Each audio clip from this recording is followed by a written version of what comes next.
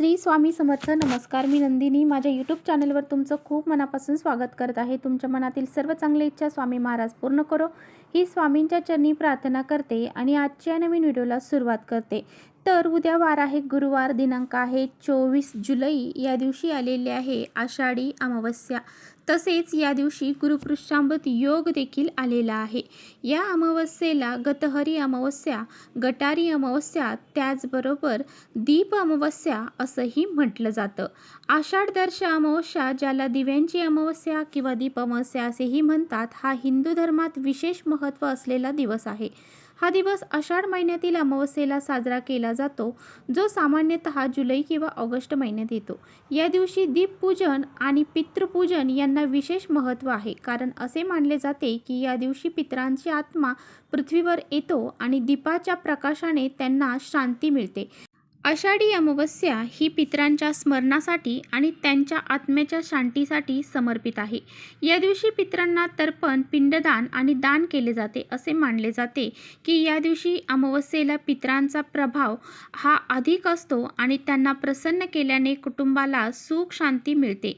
या अमावस्येला दिव्यांची अमावस्या म्हणण्याचे कारण म्हणजे या दिवशी दीपप्रकाशाने पितरांना मार्ग दाखवला जातो. दीपक लावून पितरांना अंधारातून मुक्ती मिळते आणि त्यांचा आत्मा प्रकाशाकडे जातो. तसेच आषाढ महिन्याची ही जी अमावस्या आहे, तर हा अध्यात्म आणि साधनेसाठी शुभ दिवस मानला जातो. या दिवशी उपवास, जप, तप आणि दान केल्याने पुण्य मिळते. विशेषतः आषाढ अमावस्या ही पवित्र नद्यांमध्ये स्नान करण्यासाठी आणि पूजा करण्यासाठी विशेष मानली जाते. त्याचबरोबर बघा, या दिवशी गुरुपुष्यामृत योग देखील आलेला आहे. गुरुवार आणि गुरुपुष्यामृत योग, त्याचबरोबर आषाढी अमावस्या, दीप अमावस्या या सर्व गोष्टी एकाच दिवशी असल्यामुळं या दिवसाला अनन्यसाधारण महत्त्व प्राप्त झालेलं आहे. हा दिवस माता लक्ष्मीला समर्पित आहे. या दिवशी माता लक्ष्मी पृथ्वी तलावरती जागृत अवस्थेमध्ये भ्रमण करत असते आणि तिची पूजा, उपासना करणाऱ्यांना धनधान्य, समृद्धी, ऐश्वर ती प्रदान करत असते. त्यामुळे आपल्याला या पवित्र दिवशी हा जो उपाय आहे तर तो करायचा आहे. आजच्या व्हिडिओमध्ये मी तुम्हाला अतिशय प्रभावशाली उपाय सांगणार आहे. सकाळीच उठल्याबरोबर आपल्याला काय करायचं आहे, उंबरठ्यावरती ही एक वस्तू ठेवायची आहे. अमावस्येच्या दिवशी सकाळी उठल्याबरोबर जर आपण आपल्या उंबरठ्यावरती ही जे एक वस्तू आहे जर ठेवली, तर एका रात्रीत आयुष्याचं सोनं होईल.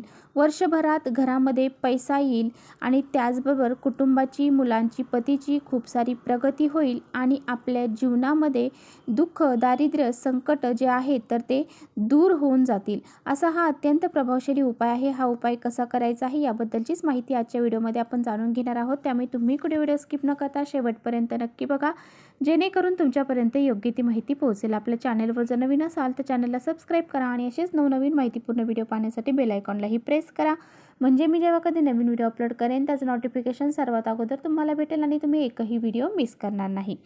त्याचबरोबर खाली कमेंट्समध्ये जय महालक्ष्मी लिहायला अजिबात विसरू नका आणि व्हिडिओ माहितीपूर्ण वाटला तर आपल्या मित्रपरिवारांसोबत नक्की शेअर करा. तर पहा, अमावस्या हा दिवस बऱ्याच जणांना वाईट दिवस वाटतो, परंतु असं नाही. अमावस्या दिवस हा वाईट करणाऱ्यांसाठी वाईट दिवस आहे आणि चांगलं करणाऱ्यांसाठी चांगला दिवस आहे. तर अमावस्येच्या दिवशी जर आपण काही प्रभावी उपाय केले तर त्याचे पुण्यफळ हे आपल्याला अवश्य प्राप्त होते. त्यामुळेच आपल्या घरामध्ये जे काही नकारात्मक प्रभाव आहे तो दूर करण्यासाठी, घराची प्रगती होण्यासाठी, त्याचबरोबर आपल्या जर कोणतंही महत्त्वाचं काम हे जर पूर्ण होत नसेल, त्याचबरोबर आपल्या घरामध्ये पैसा येत नसेल, पैसा आला की तो कोणत्या ना कोणत्या मार्गाने बाहेर निघून जात असेल, तसेच तुमचा एखादा उद्योग व्यवसाय आहे तो व्यवस्थित चालत नसेल, त्याचबरोबर तुम्हाला नोकरी मिळण्यासाठी तुम्ही प्रयत्न करत आहात परंतु नोकरी प्राप्त होत नसेल, मुलांची प्रगती होत नसेल, अशा बऱ्याचशा समस्या जर तुम्हाला जाणवत असतील, त्याचबरोबर तुमच्या घरामध्ये एकोपा राहिलेला नसेल, घरामध्ये लक्ष्मी स्थिर राहत नसेल, लक्ष्मीचं घरामध्ये आगमन होतं परंतु ती चंचल असल्यामुळं ती घराच्या बाहेर लगेच निघून जाते, आपल्या घरामध्ये लक्ष्मी टिकत नसेल, तर घरामध्ये लक्ष्मीचं आगमन होण्यासाठी, घरामध्ये लक्ष्मी टिकण्यासाठी, त्याचबरोबर आपल्या घराची, मुलांची, पतीची प्रगती होण्यासाठी हा अत्यंत प्रभावशाली उपाय आपल्याला उद्या अवश्य करायचा आहे.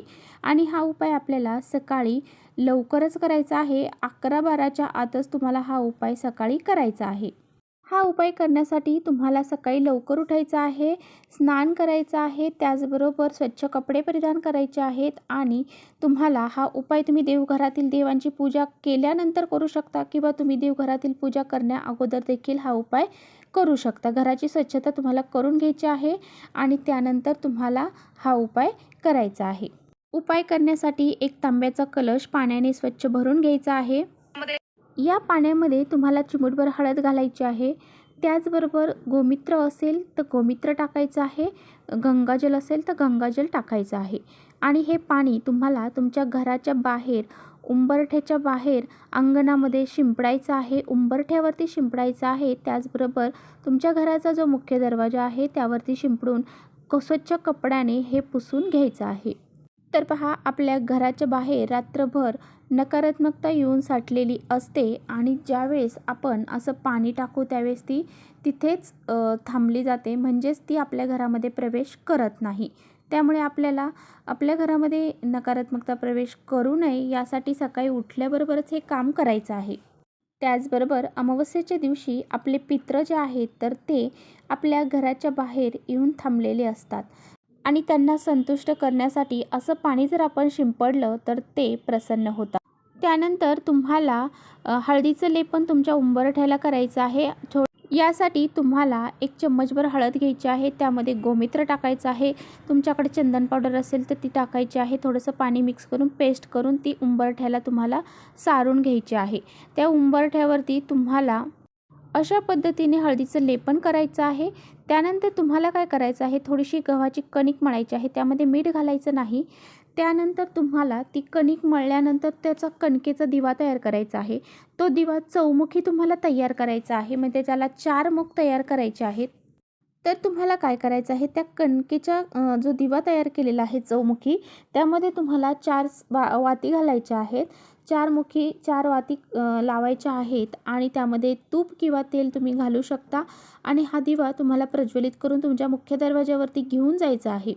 यानंतर थोडंसं कुंकू एका वाटीमध्ये घेऊन पेस्ट तयार करायची आहे आणि त्याच्या साह्याने, बोटांच्या साह्याने तुम्हाला उंबरठ्यावरती एक मधोमध स्वास्तिक काढायचं आहे. स्वास्तिकला 4 बिंदू, साईडच्या 2 रेषा द्यायच्या आहेत. तर पहा, आपल्या घराच्या मुख्य दरवाजावरती, उंबरठ्यावरती साक्षात देवी लक्ष्मी वास करते. त्यामुळे आपल्याला उंबरठ्याच्या मधोमध अशी स्वास्तिक काढायचं आहे. स्वास्तिक हे मांगल्याचं प्रतीक मानलं जातं. आता हे स्वास्तिक काढल्यानंतर त्या स्वास्तिकवरती तुम्हाला हा चौमुखी दिवा जो आहे तर तो ठेवायचा आहे. आता त्या दिव्याला हळद, कुंकू, अक्षदा अर्पण करायच्या आहेत, फूल अर्पण करायचं आहे, धूप अगरबत्ती ओवाळून घ्यायची आहे. यानंतर तुम्हाला एक प्लेट घ्यायची आहे. त्या प्लेटमध्ये चणा डाळ जी असते ना, जी पिवळी असते पहा, ती चणा डाळ घ्यायची आहे. त्यामध्ये थोडासा गुळाचा खडा घ्यायचा आहे आणि हे सुद्धा तुम्हाला मुख्य दरवाजावरती कुठे ठेवायची, तर जेव्हा तुम्ही घरामध्ये प्रवेश करता, बाहेरून घरामध्ये प्रवेश करता, तुमची जी उजवी साईड आहे, तुमच्या उजव्या साईडला उंबरठ्याच्या बाहेर हे तुम्हाला ठेवायचं आहे. तसेच तुम्हाला काय करायचं आहे की तुमच्या उंबरठ्याची पूजा देखील करायची आहे. उंबरठ्याला हळद, कुंकू, अक्षदा, फुलं अर्पण करायची आहे, धूप अगरबत्ती लावून ओवाळायचं आहे. तुमचा मुख्य दरवाजा जे आहे त्या मुख्य दरवाजावरती देखील तुम्हाला हळदीच्या साह्याने एक स्वास्तिक काढून हळद, कुंकू, अक्षदा लावून धूप अगरबत्ती ओवाळून घ्यायची आहे. दोन्ही हात जोडून माता अष्टलक्ष्मी ज्या आहेत तर त्यांचं स्मरण तुम्हाला उंबरठ्याच्या तिथे करायचं आहे. तिथे तुम्हाला कुंकवाच्या साहाय्याने अष्टलक्ष्मीचे जे 8 रूपं आहेत तर ते तुमच्या उंबरठ्यावरती काढायचे आहेत. म्हणजेच तुम्हाला एक एक टिळक हा प्रत्येक लक्ष्मीचा द्यायचा आहे. जसं की आदिलक्ष्मी, मग तुम्ही एक टिळक द्यायचा, वीरलक्ष्मी, विजयालक्ष्मी, ऐश्वर्यलक्ष्मी, संतानलक्ष्मी, धनलक्ष्मी, त्याचबरोबर वैभवलक्ष्मी, अशा ज्या काही 8 लक्ष्मी आहेत तर त्यांचे स्मरण करून तुम्हाला तिथे एक एक टिळक हा द्यायचा आहे. त्याचबरोबर तुमच्या घराच्या उंबरठ्याच्या वरती, म्हणजेच तुमच्या मुख्य दरवाजावरती तुम्ही जर कोहळा बांधलेला नसेल तर तो तुम्हाला अमावस्येच्या दिवशी अवश्य बांधायचा आहे. एक कोहळा आणायचा, त्याला स्वास्तिक काढायचं, साईडने 2 रेषा द्यायच्या, 4 बिंदू द्यायचे आणि ते एका साईडने ओम काढायचा आणि त्यानंतर हा जो कोहळा आहे तर तो तुमच्या मुख्य दरवाजाच्या वरती उजव्या साईडला तुम्हाला बांधायचा आहे. यामुळे काय होतं की आपल्या घरामध्ये कोणत्याही प्रकारची नकारात्मकता प्रवेश करत नाही. आपल्या घरामध्ये चांगले वाईट लोक येत असतात आणि आपल्याला माहीत नसतं की कुणाच्या मनात आपल्याबद्दल चांगलं आहे किंवा वाईट आहे. अशी जी चांगल्या मनाची किंवा आपल्या घरामध्ये जर वाईट मनाची जर विचाराची लोक प्रवेश करणार असतील तर ती नकारात्मकता घराच्या बाहेरच राहते. त्याचबरोबर आंब्यांच्या पानांचं तोरण देखील तुम्हाला या दिवशी आपल्या घराच्या मुख्य दरवाजावरती लावायचं आहे. यामुळे आपल्या घरामध्ये कोणत्याही प्रकारची वाईट शक्ती, नकारात्मकता प्रवेश करत नाही. त्याचबरोबर तुम्हाला या दिवशी संध्याकाळी तुमच्या उंबरठ्याच्या बाहेर एक दिवा हा पितरांसाठी लावायचा आहे. एक मातीची पंती घ्यायची, त्यामध्ये तिळाचं तेल किंवा मोहरीचं तेल तुम्हाला घालायचं आहे आणि काळा धागा त्यामध्ये घालायचा आहे आणि हा दिवा तुमच्या उंबरठ्याच्या बाहेर संध्याकाळी तुम्हाला पितरांसाठी लावायचा आहे. आपले पित्र हे जे अमावस्येच्या दिवशी पृथ्वी तलावरती येतात आणि ते परत आपल्या पितृलोकामध्ये जात असतात, तेव्हा हा दिवा प्रकाशाचं काम दाखवायचं त्यांना करत असतो आणि म्हणूनच त्यांच्यासाठी हा दिवा तुम्हाला लावायचा आहे. यामुळे पित्र आपल्यावरती प्रसन्न होतात आणि आपल्याला भरभरून आशीर्वाद देखील देतात. त्याचबरोबर या दिवशी पहा, गुरुवार आहे. गुरुवारच्या दिवशी आपण फरशी पुसत नाही, परंतु या दिवशी अमावस्या आहे, त्यामुळे आपल्याला या दिवशी फरशी ही पुसायची आहे. त्यामध्ये तुम्हाला हळद, मीठ, लिंबू हे टाकायचं. त्याचबरोबर थोडंसं गोमित्र टाकून या पाण्यानेच तुम्हाला घराची फरशी ही पुसायची आहे. यामुळे आपल्याला जे काही घरामध्ये नकारात्मकता असेल ती संपूर्णपणे नष्ट होते.